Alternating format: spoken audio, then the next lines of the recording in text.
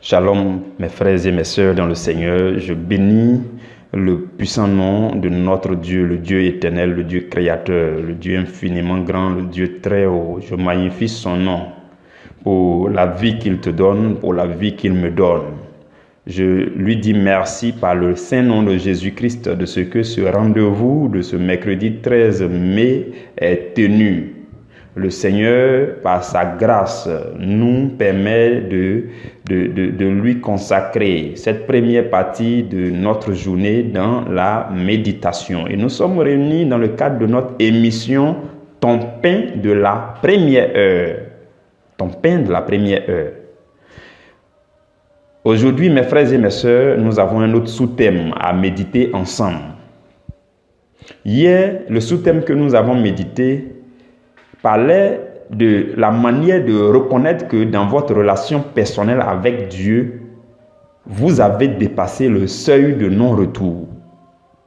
Les indicateurs, les critères, les conditions que vous pouvez remarquer dans votre vie afin d'être sûr ou alors de savoir que vous avez dépassé ce que nous avons appelé le seuil de non-retour. Parce que nous tous avons épousé, enfin, Jésus-Christ nous a épousés, nous tous, mais nous tous n'avons pas encore épousé Jésus-Christ. Chacun travaille pour entrer dans l'amour de Jésus. Chacun travaille pour découvrir Jésus, pour l'accepter, afin de l'épouser et entrer dans son amour. Et ce que nous disons, c'est que dans cet élan-là, il y a une limite. Lorsque tu dépasses cette limite, on dit que tu as épousé Jésus. Et cette limite, nous l'avons appelée le seuil de non-retour. Et comment faire pour reconnaître que j'ai dépassé le seuil de non-retour? C'est ce que nous sommes en train de voir depuis hier. Pour ce que nous avons vu hier, c'est ce qui concerne ta relation personnelle avec Dieu. Les éléments qui sont dans ta vie personnelle, ta relation personnelle avec Dieu. Les indicateurs qui sont dans ta vie personnelle, qui peuvent te faire savoir que tu as dépassé le seuil de non-retour, ou alors que tu n'es même pas encore arrivé là-bas, ou alors que tu es proche. Hier, nous avons parlé le premier critère qu'on a donné, c'était vivre par l'esprit.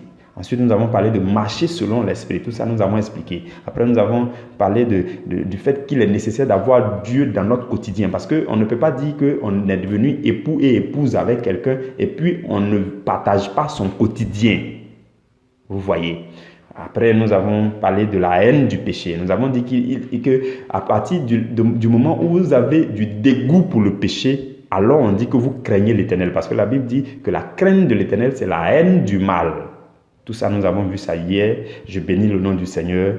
Je magnifie le Saint-Esprit qui, dans sa douceur, nous enseigne ces choses-là par l'onction intérieure. Le Saint-Esprit se met en mouvement et transporte la parole révélée jusque dans le cœur de chacun pour lui faire du bien. Et la parole tombe dans le cœur de chacun avec puissance, tout doucement, tout doucement, tout doucement, pour soulager le cœur, pour combler le cœur, pour soigner le cœur, pour purifier le cœur, pour guérir les cœurs blessés. Je bénis le nom de Dieu de ce que vous êtes connectés, de ce que nous sommes ensemble. Aujourd'hui, ce que nous allons voir, c'est que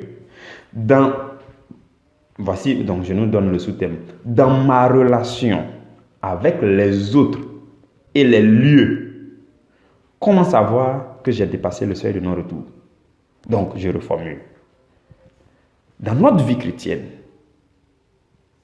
nous sommes en relation avec les autres chrétiens ou les autres non-chrétiens. Nous passons aussi souvent d'un lieu à un autre.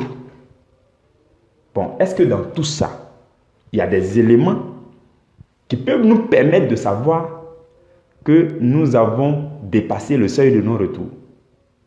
Est-ce que dans nos relations avec les autres, nos manières de nous comporter avec eux, nos manières de nous comporter d'un endroit à un autre, est-ce qu'il y a des éléments dedans qui peuvent nous dire que nous sommes devenus épouses de Jésus? Est-ce que nous avons dépassé la limite ou alors nous sommes loin? Et donc, il faut travailler. Il faut travailler pour avancer. Donc, c'est ce que nous allons voir aujourd'hui. La première chose, mes frères et mes sœurs, qui doit vous indiquer que dans votre relation avec les autres, vous êtes au-delà du seuil de non-retour, c'est qu'il faut aimer tout ce que l'époux aime. Première chose, aimer tout ce que l'époux aime.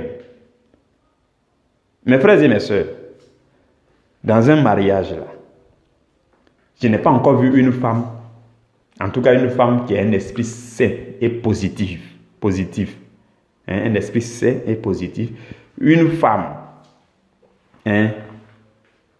une bonne épouse. Je ne l'ai pas encore vue en train de détester quelqu'un que son époux aime. Ton époux aime quelqu'un, sans condition, et puis toi tu détestes la personne. C'est compliqué, je n'ai pas encore vu ça. Je parle d'un amour sain, un amour véritable, un amour inconditionnel. Vous comprenez? Quand vous lisez la Bible dans 1 Jean chapitre 4, versets 20 à 21, la Bible nous dit ceci.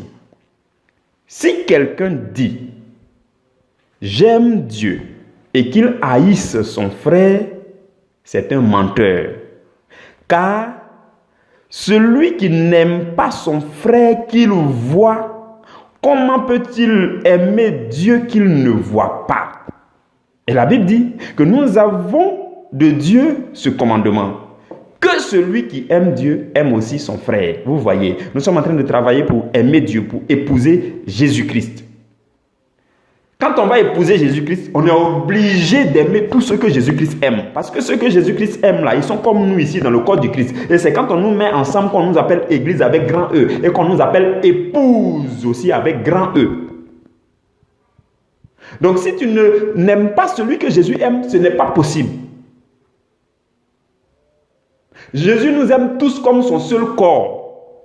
Et toi, tu n'es qu'un membre, tu n'es peut-être même une cellule dans ce corps du Christ. C'est comme si le doigt disait, je n'aime pas l'orteil. Parce que la tête, parce que la Bible dit que Jésus est la tête du corps de l'Église. Donc, la tête aime l'orteil, la tête aime le pied, la tête aime les doigts, tous les membres du corps. Et puis toi, l'orteil, tu te lèves pour dire, je n'aime pas le doigt. Tu auras des problèmes avec la tête. La tête va te dire, mais moi j'aime le doigt. Et puis toi, tu dis, tu n'aimes pas le doigt. Tu es du corps ou bien tu n'es pas du corps? Si tu es du corps, tu es obligé d'aimer tous les autres membres du corps parce que moi, la tête, j'aime chaque membre de ce corps-là. Parce que vous êtes tous mon corps. Et c'est ce corps-là que je prends que j'épouse comme mon épouse. Donc, tout ce que l'épouse aime, nous devons les aimer. Je suis en train de nous dire que l'époux n'aime pas seulement que les chrétiens. Jésus aime tout le monde. Ce n'est pas seulement le corps du Christ que Jésus aime. Jésus, au-delà de l'église avec grand E, Jésus aime tout le monde. Voilà pourquoi nous devons aimer tout le monde. Nous devons apprendre à aimer tout le monde pour qu'on devienne l'épouse parfaite de Jésus, pour qu'on sache au moins qu'on a dépassé le seuil de non-retour. Regardez un peu autour de vous, mes frères et mes sœurs. Est-ce que tu aimes ta voisine?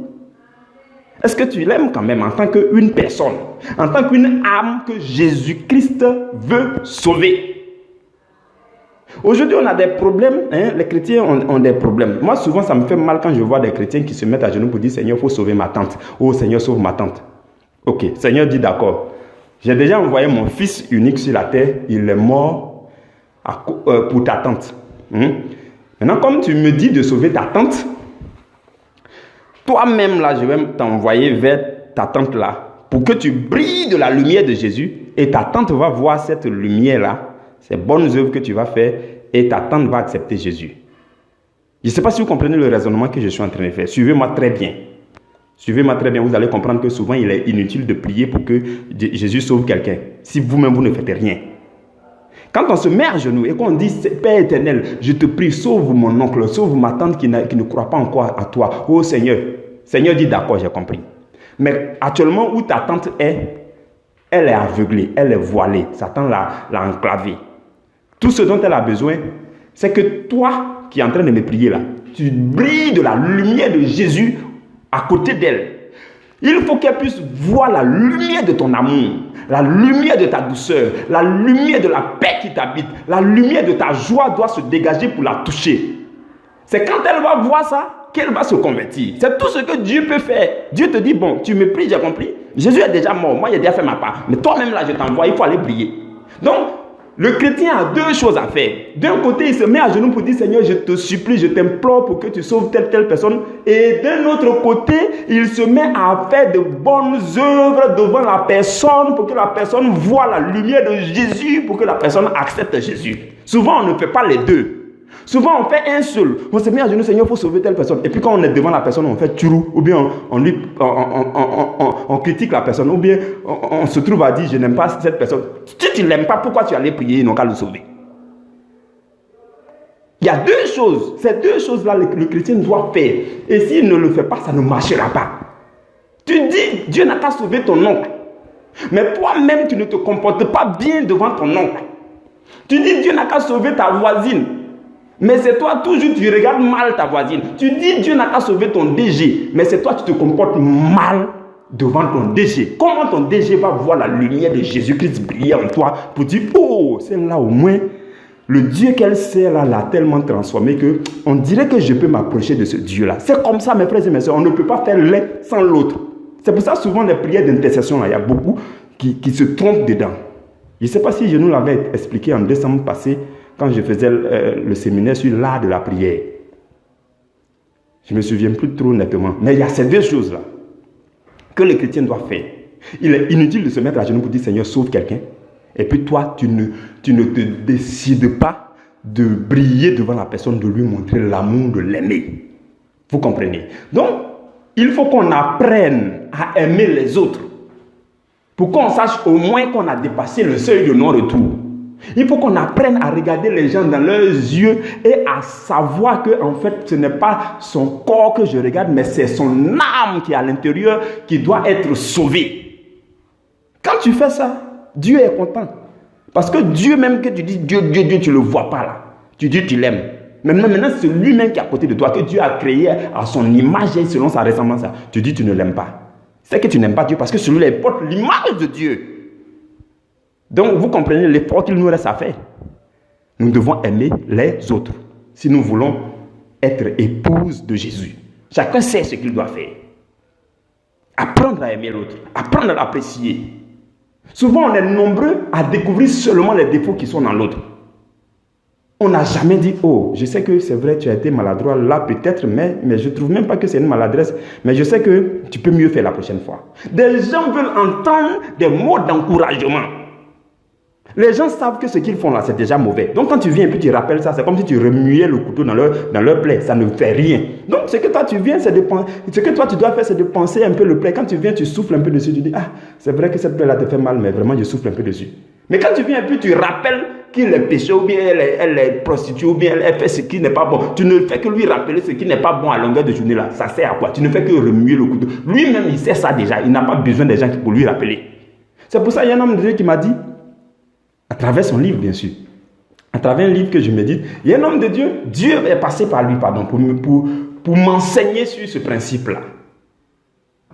En réalité, ceux qui sont dans leur péché cherchent des gens pour leur dire comment Dieu les voit et non comment Satan les voit. Malgré ces péchés-là, il faut lui dire simplement comment Dieu le voit. Est-ce que selon toi, malgré ces péchés, Dieu l'aime? Si oui, tu dis, ah, je sais que tout le monde peut penser de telle chose de toi, mais je sais qu'il y a du bon en toi. Je sais que Dieu a créé une très bonne personne qui est en toi. Toi, en tout cas, moi, j'ai foi en toi. Je sais que tu vas faire des exploits dans ce monde. Quand tu fais ça, tu le laisses, tu t'en vas. Au moins, il a reçu quelqu'un qui est en train de lui dire comment Dieu le voit. Vous comprenez? Donc, il faut qu'on apprenne à aimer les autres. Et c'est ce qui va prouver que nous sommes en train de franchir le seuil de non-retour pour épouser Christ. Deuxième chose, l'humilité et l'abaissement. L'humilité et l'abaissement. Ce n'est pas toujours, mes frères et mes sœurs, qu'il faut qu'on ait raison. Non. L'humilité, c'est le fait d'accepter que l'autre peut avoir raison aujourd'hui. C'est vrai, c'est moi la plus grande, c'est moi la patronne, c'est moi qu'on respecte d'habitude, c'est moi. Mais on dirait qu'aujourd'hui, là, vraiment, il faut que je me taise pour observer, pour voir. Peut-être que je n'ai pas raison. L'humilité, c'est tout ça, s'abaisser. Si vous n'êtes pas humble, ça sera difficile pour vous de passer le seuil de non-retour. Et souvent même, il faut apprendre à s'humilier soi-même, à faire des choses qui fait que, bon, peut-être on va vous banaliser un peu pour 2 minutes, pour 3 minutes, il n'y a pas de souci. Souvent, en fait, ce que je veux dire, c'est que souvent, il faut accorder du crédit aux gens. Des gens pensent mal de vous, on dit telle chose de vous. Vous ne dites rien, tout simplement. Ça sert à quoi de vous défendre. Vous ne dites rien, vous leur accordez un peu de crédit. Ce crédit-là, ça sera remboursé lorsque eux-mêmes ils vont découvrir que ce qu'ils ont raconté là, ce n'est pas ce que vous êtes. Donc souvent, il faut apprendre à accorder du crédit. Vous vous taisez tout simplement et puis vous laissez les gens penser ce qu'ils sont en train de penser à votre propos. Vous laissez les gens continuer. Vous vous focalisez dans le Seigneur Jésus. Vous vous soumettez à Jésus. Et puis vous continuez, vous vous taisez. Ce n'est pas tout ce qu'on faisait à Jésus que Jésus répondait à ça. Vous comprenez? Et après, la preuve, quand Jésus est mort sur le bois de la croix et qu'il y a eu des ténèbres, tout ça, après, la Bible dit que le centenier qui était là a dit, ah, celui-là vraiment c'est le Fils de Dieu. Jésus leur avait accordé le crédit de l'amour. Il leur a dit, frappez-moi, faites tout ce que vous voulez, je vous aime. Et il priait même pour eux, pour dire, Père, pardonne-leur car ils ne savent pas ce qu'ils font. Donc le gars là maintenant va venir rembourser le crédit de Jésus pour dire, vraiment celui-là, je sais qu'il est le Fils de Dieu.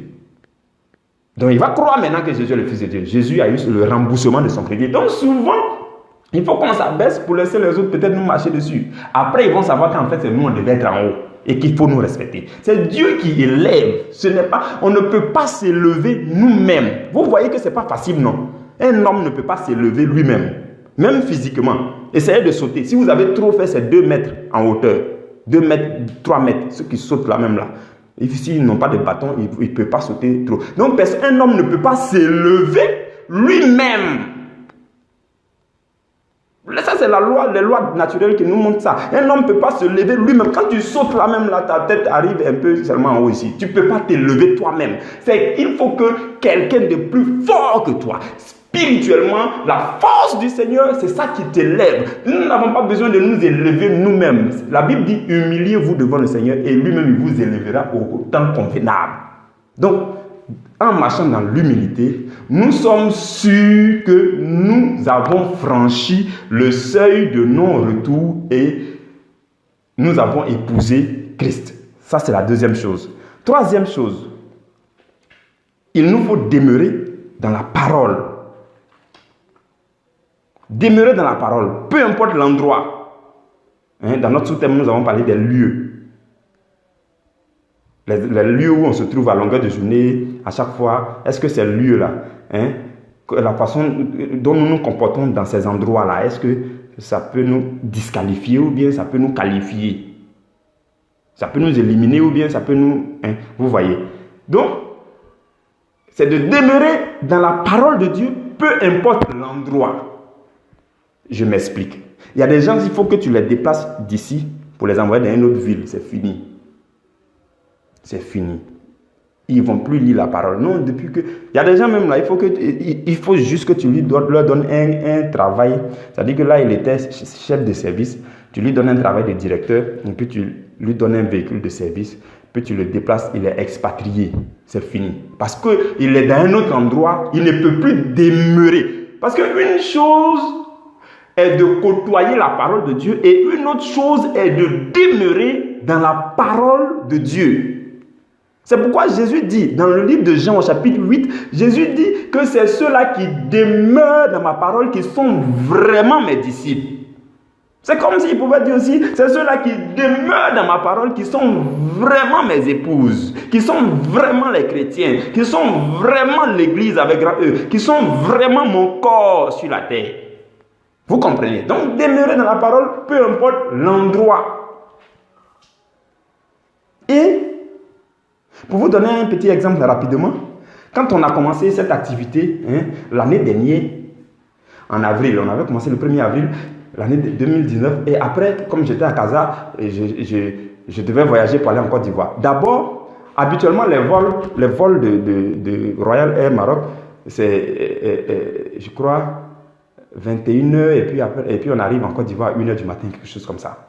Mais là, bizarrement, ils avaient changé l'heure. Parce que moi, je m'étais résolu à enregistrer le pain dans l'avion. Et puis à balancer dès qu'on atterrit.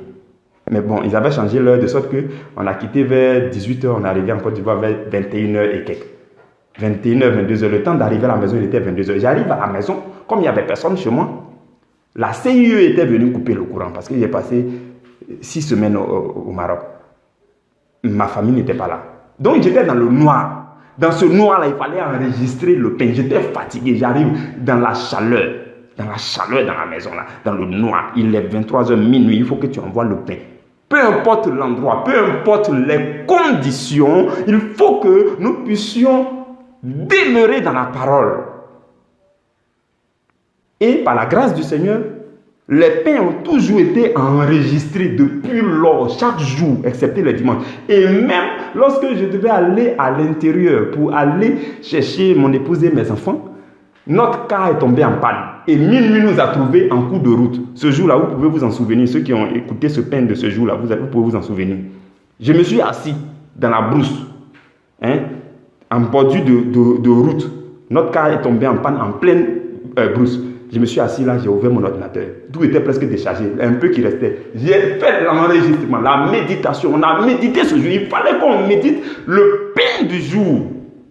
L'endroit où, les conditions, tout ça ne peut pas nous empêcher. Mes frères et mes sœurs, je vous donne ces petits exemples pour que vous voyez les exemples de comment demeurer dans le Seigneur, peu importe l'endroit, peu importe les conditions, même les conditions climatiques. Vous allez vous souvenir qu'il y a certains pains que j'ai enregistrés l'année dernière, vous entendez la pluie, c'est-à-dire que même quand il pleut fortement, le bruit de la pluie, là, vous pouvez entendre dans l'audio. Ça ne peut pas m'empêcher. Parce qu'il est minuit, il faut qu'on enregistre le pain du jour. La pluie ne peut pas empêcher, peu importe l'endroit, il faut qu'on puisse demeurer. Et même si j'étais dans un aéroport, ou si j'étais à la présidence, peu importe l'endroit où j'étais, je dis, donnez-moi quelques minutes, je vais aller pour aller enregistrer le pain. C'est de ça qu'il s'agit. Mes frères et mes sœurs, on est nombreux à dire non, comme dans ces temps-là, j'ai fait ceci là, donc je ne lis pas la Bible. Comme dans ces temps-là, je fais telle chose-là, non, je n'écoute plus les méditations. Comme dans ces temps-là, on m'a envoyé ici, là, je ne fais pas ceci. Mes frères et mes sœurs, demeurer dans la parole, là, c'est avec violence. La Bible dit, le royaume des cieux ne s'arrache que par ceux qui sont violents. C'est les violents qui s'emparent du royaume des cieux. Donc, demeurer dans la parole fait que l'époux vous reconnaît comme son épouse. Vous comprenez? Ça, c'est la troisième chose. Et la quatrième et la dernière chose par laquelle je veux terminer, c'est l'affirmation de votre foi. L'affirmation de votre foi. Si vous ne proclamez pas votre foi en votre époux, on ne peut pas savoir. L'époux ne peut pas savoir si vous l'avez épousé. Quand les gens se présentent, même à la mairie, c'est-à-dire qu'au début même du mariage, quand on se présente, on donne le micro, on dit, est-ce que tu l'aimes, ceci, cela, veux-tu l'épouser? Oui. Oui, ça se dit avec la bouche, ça se confesse. La foi, c'est quelque chose qui se confesse, qui se déclare. Et je nous avais enseigné un moment, vous allez vous souvenir aussi, je nous ai parlé des trois manifestations de la foi. Je nous avais dit que la foi se manifeste à 3 niveaux. Et le 4e niveau, ça c'est l'action de grâce. La foi se manifeste à 3 niveaux. Le premier niveau, c'est la croyance dans le cœur. Mes frères et mes soeurs, aujourd'hui là, on est là. Tu peux dire que tu crois dans le cœur. Je crois en Jésus, j'ai accepté Jésus. Tu peux dire tout ça là dans ton cœur. Tant que tu n'as pas ouvert la bouche pour le dire, nous on ne sait pas. Ça c'est le premier niveau de la manifestation de la foi, dans le cœur. C'est ce que dit Romains chapitre 10 au verset 9. Si tu crois dans ton cœur, vous voyez. Donc la première chose c'est de croire dans le cœur. Maintenant quand tu crois dans le cœur, que tu ne parles pas de ça, on a l'impression que tu n'as pas cru réellement. Puisque pour confirmer ou alors pour montrer que tu crois réellement, il faut que tu parles de ce en quoi tu crois. Et quand tu parles, on dit la confession par la bouche de ce que tu crois dans le cœur. Ça, c'est le deuxième niveau. Donc, déclarer, affirmer votre foi. Si l'époux ne vous voit pas fréquemment en train de confesser votre foi, en train de proclamer des choses, en train de dire, de parler de votre foi, de parler de votre croyance, ce que vous croyez dans le cœur là, vous, et quand vous êtes devant certaines personnes, vous parlez de ça. Vous n'avez pas honte de parler de ça lorsque vous êtes devant un musulman, lorsque vous êtes devant votre professeur, lorsque vous êtes devant... Donc, dès que la petite occasion se crée, vous n'avez pas honte de parler de votre foi. Ce que vous dites que vous croyez dans le cœur là, vous n'avez pas honte de parler de ça. Voilà pourquoi la Bible dit dans Romains chapitre 1, verset 6, Paul dit, je n'ai point honte de l'évangile, car c'est une puissance de Dieu pour le salut de quiconque croit. Vous voyez, c'est une puissance de Dieu. Seulement, si ça s'exprime sans honte. Il y a des gens aujourd'hui qui ont honte de dire je suis chrétien. Oui, dans certains endroits. Oui, dans certains endroits. Qui ont honte de dire je suis chrétien, ou alors ils se trouvent dans un autre pays, ou bien dans une présidence, ou bien devant une grande personnalité, et puis leur causerie bizarre là, lui aussi se laisse berner par la causerie où ils sont en train de critiquer peut-être les chrétiens. Tout de suite, tu es en train de renier Jésus. Tu as fait plus pire que Pierre. Vous comprenez? Donc la foi qu'on a dans le cœur doit se confesser avec la bouche, ça doit se déclarer, ça c'est le deuxième niveau. Et le troisième niveau, c'est l'action de foi. La Bible dit, la foi sans les œuvres, elle n'est rien. Donc si tu crois dans ton cœur, que tu confesses de ta bouche, et que tu n'agis pas en fonction, tu te disqualifies, tu te trahis toi-même. Parce que tu as dit, tu crois. Et parce que tu crois, tu parles.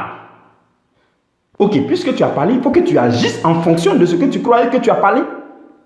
Si tu ne l'as pas fait, tu te disqualifies. Donc, ces trois niveaux-là, s'il y a un seul qui rate, tu t'es disqualifié, tu t'es trahi toi-même. En fait, Dieu est là et il nous regarde. Si on est cohérent avec nous-mêmes, ce qu'on croit là, est-ce que c'est ce qu'on confesse?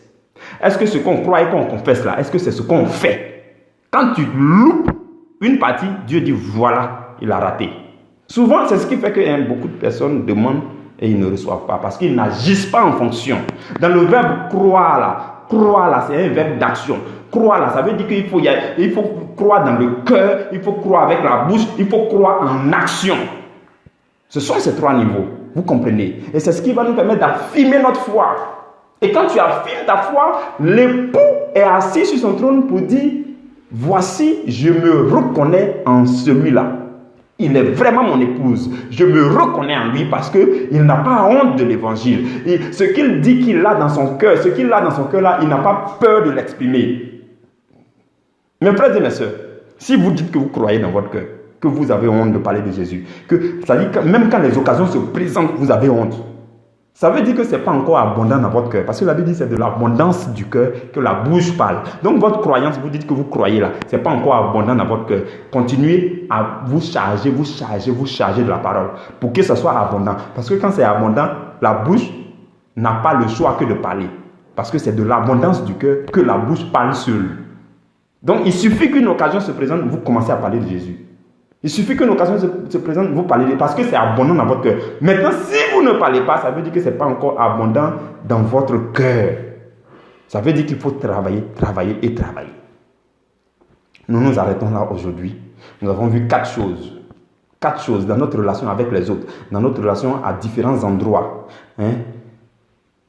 4 choses qui nous indiquent si il nous faut travailler encore pour franchir le seuil de non-retour ou alors si nous avons franchi le seuil de non-retour. La première chose, c'était aimer tout ce que l'époux aime. Aimer les hommes. Au-delà du corps de Christ, au-delà des membres de Christ, aimer les autres. La Bible nous recommande de prier, même ceux qui nous maudissent, de prier pour nos ennemis, de bénir et de ne jamais maudire. Toutes ces choses-là, ce sont les paroles de Jésus. Si on les accepte, ça veut dire qu'on a adhéré à la vie de Jésus, ça veut dire qu'on a accepté Jésus. Si on les rejette, ça veut dire que depuis que Jésus nous a mariés, là, nous, on ne l'a pas encore accepté. On continue de le découvrir, on a de la peine à accepter ses exigences, sa volonté. Deuxième chose, l'humilité, l'abaissement. Troisième chose, demeurer dans la parole, peu importe l'endroit, peu importe le lieu où on vous envoie. Le jour que Dieu vous bénit, et puis on vous enlève du Congo, ou on vous enlève de la Côte d'Ivoire pour vous envoyer aux États-Unis, là, je vous dis, si vous oubliez Dieu, ce n'est pas bon pour vous. C'est pour cela souvent les gens demandent les visas et ils n'obtiennent pas. Parce que Dieu, même quand il voit là, quand tu vas partir, ton cœur, tu ne vas même plus adorer le Seigneur. Tu ne vas même plus lire la parole. Tu ne vas plus rien faire pour lui. Donc lui, il dit, bon, pour le moment, elle ne peut pas avoir le visa, enlever le visa pour le moment. Vous comprenez ce que Dieu fait souvent. Donc quand vous avez à l'esprit de voyager pour aller quelque part, ayez aussi à l'esprit que quand vous serez dans ce quelque part là, vous allez continuer à rester connecté à Dieu. Alors Dieu va vous bénir sans inquiétude. La Bible dit que ce sont les bénédictions de l'Éternel qui enrichissent et ça ne s'accompagne d'aucun chagrin. Quand Dieu va vous bénir là, lui il regarde d'abord, quand je vais finir de le bénir, est-ce que j'aurai du chagrin? Parce que si Dieu doit te bénir pour te donner le visa pour que tu partes où tu veux partir là, et que lui il va avoir du chagrin, lui Dieu il t'aime tellement, il ne va pas faire ça. Parce qu'il préfère que tu restes dans ton quartier où tu es là, et que tu sois accroché à lui, que de t'envoyer ailleurs et puis tu vas te détacher de lui. Souvent c'est comme ça Dieu fait les choses. Et nous aussi, il faut qu'on analyse même pour dire, bon, moi peu importe où Dieu va m'envoyer là, moi voilà mon programme de prière, moi voilà mon programme de méditation, moi voilà mon programme de ceci, moi je reste connecté à Dieu. Quand vous faites ça, que Dieu voit la sincérité dans votre cœur, qu'il voit que c'est vrai, il n'a pas honte, il n'a pas peur de vous envoyer là où il veut envoyer. Il n'a pas peur de faire abattre sur vous de grosses bénédictions. Parce qu'avec les bénédictions, vous continuez à rester connecté au bénisseur. C'est ça, mes frères et mes sœurs. Et la quatrième chose, c'est l'affirmation de votre foi. Restons bénis. Que la grâce de Dieu demeure sur vous. Que l'Esprit de Dieu continue de se manifester dans vos vies. Que le Seigneur pense vos blessures. Si des gens avaient des blessures dans le cœur, que le Seigneur, la main du Seigneur, le doigt de Dieu touche ces blessures pour les penser. Que l'amour de Dieu vous emballe. Que la paix de Dieu, la vie de Dieu, les grâces de Dieu descendent sur vos vies. Dans le précieux nom de Jésus-Christ de Nazareth. Amen.